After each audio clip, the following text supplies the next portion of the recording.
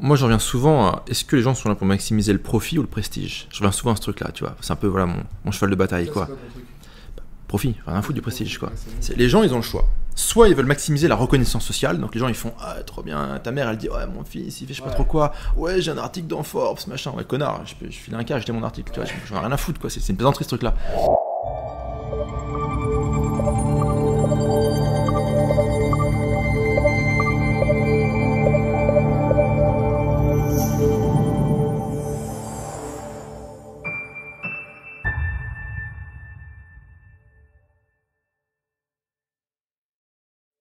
Moi, tu vois, il y a un truc qui me dépasse dans les grosses boîtes et que j'arrive pas à comprendre, et c'est l'inertie qu'ils ont à prendre des décisions et à switch, tu vois.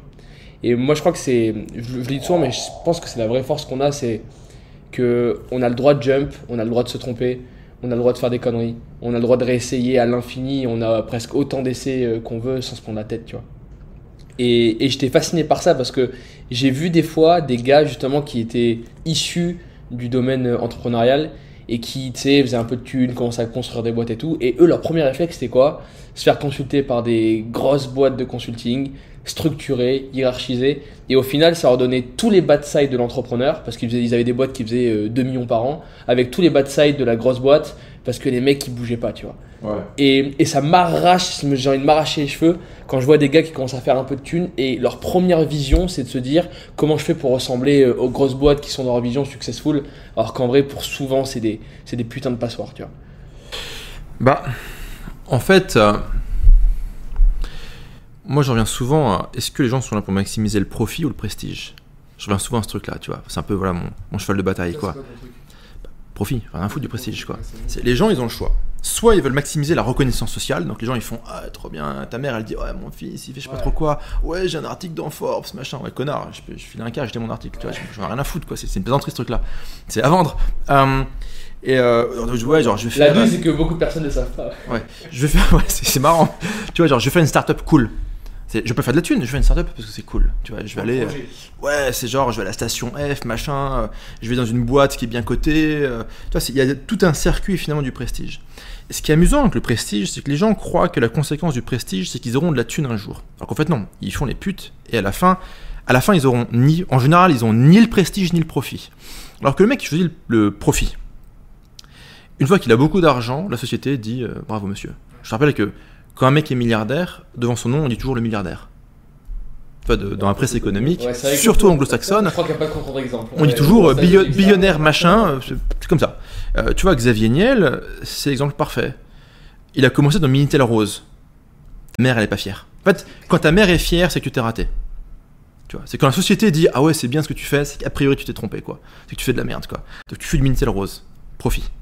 Après, avec le profit, tu build, Free et compagnie, machin, et Iliad et tout ça, quoi. Et une fois que tu pèses X milliards, certes, t'as 3 connards sur Paris qui pincent du nez qui font c'est un pornocrate, genre Bouygues et compagnie. Je crois que Bouygues l'appelait le Romanichel pendant longtemps. C'est un vrai truc. Hein. Mais à la fin. Je t'appelle le milliardaire. À la fin, si tu veux, au pire, tu mets un petit coup de PR, tu vois, t'achètes Station F et tu deviens mec sympa, quoi. Et à la fin, t'as et le profit et le prestige. Donc tu vois, le mec qui se dit je vais essayer de ressembler à McKinsey, c'est un mec qui est animé par le prestige et pas le profit. Et je pense que c'est une Il y a bien erreur. plus de mecs comme ça sur Terre, je crois, que des mecs qui veulent choisir le profit. Et non, mais En fait, l'humain a peur. En fait, c'est que l'humain, il a une peur du rejet. C'est que tu vois, il y a 1000 ans, ta tribu, elle te rejette, t'es dehors, t'as un tigre dans le sabre, ou je sais pas comment ça s'appelle là, qui te chope et qui te bute, tu vois. Genre, dans les 2 heures, tu te fais buter si tu veux. Donc en fait, profondément en nous, on a cette peur du rejet. L'exclusion sociale. Ouais, l'exclusion sociale, c'est la mort en fait, pendant très longtemps. C'est biologique si tu veux. Et donc, le prestige, c'est la reconnaissance sociale, c'est fitter dans le groupe, etc. Donc je pense que c'est ce qui anime les gens. Il faut être un peu kamikaze, tu vois, pour faire ce qu'on fait. C'est clair. Mais c'est marrant. Ouais, c'est marrant, mais tu vois, moi je te dis la vérité, des fois c'est des flips, hein, parce que t'es toujours, selon moi. Et après, moi tu vois, tu sais, je fais ça depuis moins en tant que toi, donc je me rends compte que les personnes qui ont plus d'expérience sont de plus en plus light et ont plus en plus de recul par rapport à leur cash et tout, tu vois. Ouais. Mais moi je suis encore dans une dynamique où je me dis, chaque pas que je fais où je prends des risques de ouf, je m'expose financièrement de malade et tout, bah c'est ultra excitant, tu prends full dopamine et en plus tu as de gros potentiels de gains. Ouais. Mais de l'autre côté, tu as toujours cette petite voix dans la tête qui dit regarde là-bas, l'autre connard qui a acheté des apparts, qui fait ses crédits, est-ce qu'il sera pas plus safe dans 15 ou 20 ans, tu vois.